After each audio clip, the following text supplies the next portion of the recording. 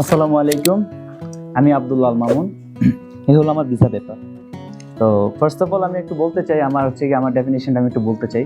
সেটা হচ্ছে কি আমি আমার স্টাডি কমপ্লিট করেছি ড্যাফোডিল ইন্টারন্যাশনাল ইউনিভার্সিটি থেকে, বিএসসি ইঞ্জিনিয়ারিং, সিভিল ইঞ্জিনিয়ারিং।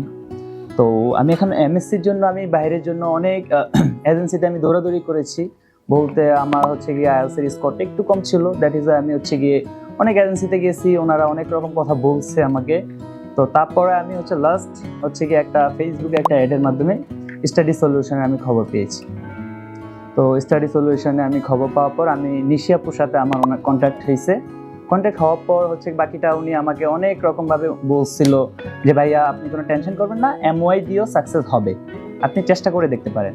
তো বাকিটা ইনশাল্লাহ আল্লাহর রহমতে আমি চেষ্টা করতেছিলাম আপুর সাথে। আপু অনেক সুন্দর করে আমাকে গাইড করছে। তো আমার ওনাদের সাথে জার্নি 3 থেকে 4 মাসের।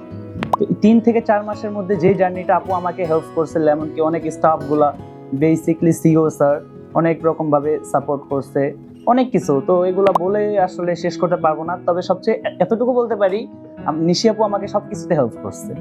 তো ফাইনালি আমার গিয়ে ভিসা সাবমিশনটা ডান। 3 দিনের মধ্যে আল্লাহর রহমতে ভিসাটা চলে আসছে। তো এই জন্য আমার ফ্যামিলি, আমি, এমনকি এভরিবডি আর হ্যাপি রাইট নাও। তো দ্যাট ইজ আমি অনেক খুশি।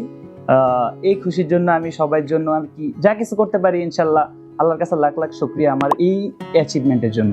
আর আমার নিজে থেকে একটা রিকমেন্ড, যে কেউ যদি অফলাইনে বা অনলাইনে খুঁজতে চাচ্ছেন এরকম এজেন্সি বা বিশ্বস্ত পান নাই, তা আমি সাজেস্ট করবো study solution is a better option.